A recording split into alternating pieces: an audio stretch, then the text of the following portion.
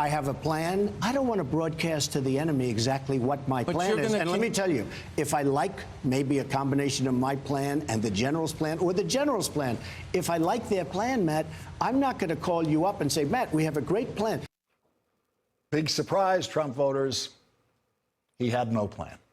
And he doesn't think his generals have a plan either. Tonight, NBC News reports exclusively that President Donald Trump, quote, has become increasingly frustrated with his advisors tasked with crafting a new U.S. strategy in Afghanistan and recently suggested firing the war's top military commander during a tense meeting at the White House, according to senior administration officials. At one point, the president directed his frustration at Defense Secretary James Mattis, saying he had given the military authority months ago to make advances in Afghanistan, and yet the U.S. was continuing to lose ground.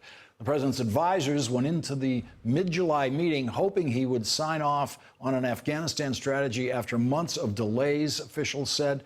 Trump compared the policy review process to the renovation of a famed New York restaurant in the 1980s. Trump told his advisors that the restaurant, Manhattan's Elite 21 Club, had shut its doors for a year and hired an expensive consultant to craft a plan for a renovation. After a year, Trump said the consultant's only suggestion was that the restaurant needed a bigger kitchen. Officials said Trump kept stressing the idea that lousy advice cost the owner a year of lost business and that talking to the restaurant's waiters instead might have yielded a better result. He also said the tendency is to assume if someone isn't a three-star general, he doesn't know what he's talking about, and that, in his own experience in business, talking to low-ranking workers has gotten him better outcomes. Joining us now, people who know Donald Trump. Tim O'Brien, executive editor of Bloomberg View and the author of Trump Nation, The Art of Being the Donald. Also with us, David K. Johnston, Pulitzer Prize-winning journalist who founded DCReport.org, a nonprofit news organization that covers the Trump administration. You have both written books about Donald Trump. And Tim O'Brien, I want to go to you first on this matter of his frustration with the generals. Here he lied his way through the campaign saying, I have a secret plan, don't worry about it. And then I'll listen to the general's plan. And if I like their plan better, and it turns out he had no plan. The generals have a plan that he doesn't like because it didn't work in, a week or two. And because he can recall this long ago incident at a local restaurant in New York that gave him all of the experience and authority he needed to have to weigh in on military policy. We don't even know if the anecdote about the 21 Club is true. That's the other thing. Well, what we know is that the 21 Club wasn't closed as long as they said, so he exaggerates all the parts of that story, too. Yes, right. Yeah. To make his point, which is that he should be listening to troops on the ground in Afghanistan rather than the military brass, and that gives him the authority to go after Nicholson and to question Nicholson's leadership in Afghanistan and to apparently take Mattis to task in front of the Joint Chiefs, and again shows him out of his depth without a clear plan of his own and sort of grasping for straws in his own past to say, I have the authority to weigh in here. And David, of course, Donald Trump got some great ideas from all the troops in Afghanistan when he visited there. Oh, but wait. I'm sorry, he's never been to Afghanistan. He's never talked to anyone who has served in Afghanistan. And of course, he didn't talk to the waiters at the 21 Club either. We know that. Right. And Donald has no idea about what's actually going on in Afghanistan, about the cultural differences in that country that go back hundreds of years that we've interfered in. What we do know is Donald has said, oh, hey, they've got a lot of mineral wealth, and like the oil in Iraq, he thinks we should grab it, which isn't surprising since Donald has spent a lot of his life cheating people out of their property. Why would he not think the same thing about Afghanistan? And this is just an absolute farce. Tim, there's a passage in here in the NBC reporting about Donald Trump's kind of wild dissatisfaction with generals. This week is the week where we're seeing all of his public worship of generals, and he hires a general to be his White House chief of staff. It turns out he's got a limited amount of respect going in their direction, too. And so if he's turning on them, how long before General Kelly discovers that Donald Trump doesn't think his judgment is so great? Possibly minutes. I think the issue here is that he acts and thinks episodically, and the main thing driving, I think, his lashing out on Afghanistan is He said he would figure it out. He said he would go in there and solve a problem no one else can solve. And now I think we've been in Afghanistan for 16 years. It's traveled as an issue across 2 administrations. And he's not going to find it any easier to solve than his predecessors. And so the first thing he'll do is say, the reason I can't solve it is because I have bad generals. Yeah. I mean, David, that was kind of the essence of the Trump critique over the course of the campaign is the Obama administration uses bad generals. I'm going to use the good generals. I can't give you any of their names because I don't actually know any. But he has General Kelly. He has John Kelly sitting there, basically right outside of his office all day, the White House Chief of Staff, who is a general. At some point, if not already, he's turning to him and saying, what do we do in Afghanistan? And if General Kelly is saying the same thing he's hearing from the other generals, how long does Donald Trump rely on General Kelly?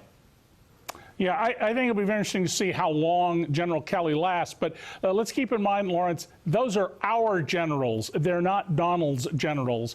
And Donald is our employee who we put in there through the Electoral College. Donald continues in all of this to act like, he's this dictator. And if you're not doing what he wants, off with your head. And Tim, talk about where Donald Trump had to get in his fear of what was coming, to the point where he gets rid of Reince Priebus. He brings in a new White House Chief of Staff who he doesn't know, who he never knew during the campaign. This is not anything like what we've seen him do before. He doesn't necessarily feel he can dominate him. That's uncharacteristic of Trump. And here he has this new regime in the White House where, John Kelly is basically putting out the word publicly through the press secretary, yes, the president's daughter and his son-in-law can only speak to him if they go through me. What would Donald Trump have to have gotten to accept that as the public view of his White House? A raging concern that his image and reputation were at stake because of the momentary crazy around Scaramucci and his call to Ryan Lizza, everything, the fallout around that. But I don't think this is going to last. Ivanka Trump tweeted yesterday that she's looking forward to serving alongside Kelly. She didn't say reporting into him. I agree with Tim. He said, and he said tonight, or it was reported tonight, that Sessions is safe now because Kelly says he's safe. I don't think that will last for a second. If Donald Trump wants to get rid of Sessions, he'll continue to pursue it. David, one of the other, Michael D'Antonio, one of the other Trump biographers, has written a fascinating piece saying that he believes for Donald Trump to get to this point, he had to believe that the entire administration was on the brink of disaster, the sinking poll numbers, the failure of the health care bill, the crazy outburst from Scaramucci and all of that, that he had to be in a state of real fear in order to make a move that's so uncharacteristic of bringing someone in who he doesn't know and cannot necessarily control. And I think that's exactly right. I think Michael's right about that.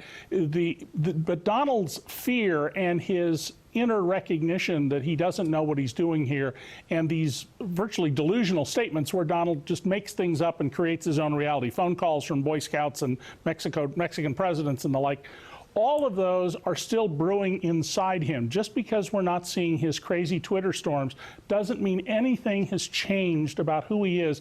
And at some point, a tea kettle that is stopped up will explode. We're going to see something happen in the near future, and this is not a stable environment, and it can't be as long as Donald Trump is in the White House.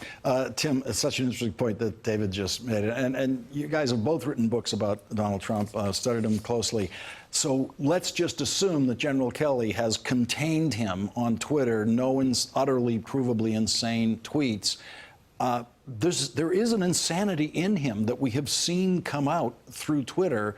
If the general's bottling all that up, at what point and how does it manifest itself? I think one of the key things why he's been a survivor for decades and why he plows ahead in these kinds of situations is he creates his own realities. He's very good at saying, if the fact pattern out in the real world collides with my sense of myself, I'll just make up a new story. I'll invent a fable to allow me to say they're wrong and I'm right. I think he can continue on that path a lot longer than most of his observers can probably stomach watching it.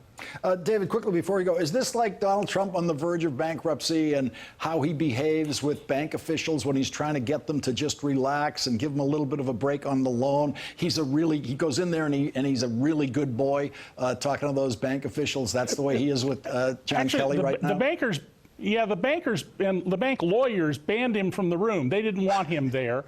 What he did in that case was he got allies, the politicians in the New Jersey state government, to take his side against his bankers.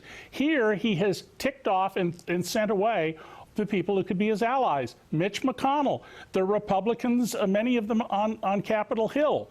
And he doesn't have these allies to do this. That's part of the problem. I don't know how he digs himself out of this. Tim O'Brien and David K. Johnson, thank you both for joining us tonight. Really appreciate it. Hey there, I'm Chris Hayes from MSNBC. Thanks for watching MSNBC on YouTube. If you want to keep up to date with the videos we're putting out, you can click subscribe just below me or click over on this list to see lots of other great videos.